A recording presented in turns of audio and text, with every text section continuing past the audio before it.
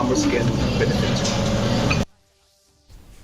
Usumbut Menteri Rangba ubasnya walang dhar ulabu maunong rem nagabentaban senaya ke Integrated Ayush Hospital ke badan Laiput ligi jing tia hamu kendur nen gesni layasan ran lang yau da ke jingnya dan rengkat jong ke Menteri ke tenat ke kia Dr. Amperin Lengdo baru Commissioner and Secretary ke tenat Health and Family Welfare Department kam Director ke Ayush Dr. Joram Beda.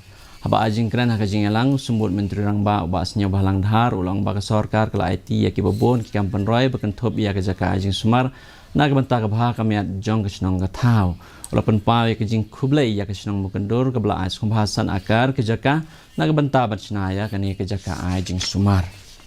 This important facility. The party in the council national district. Memang district ayudan.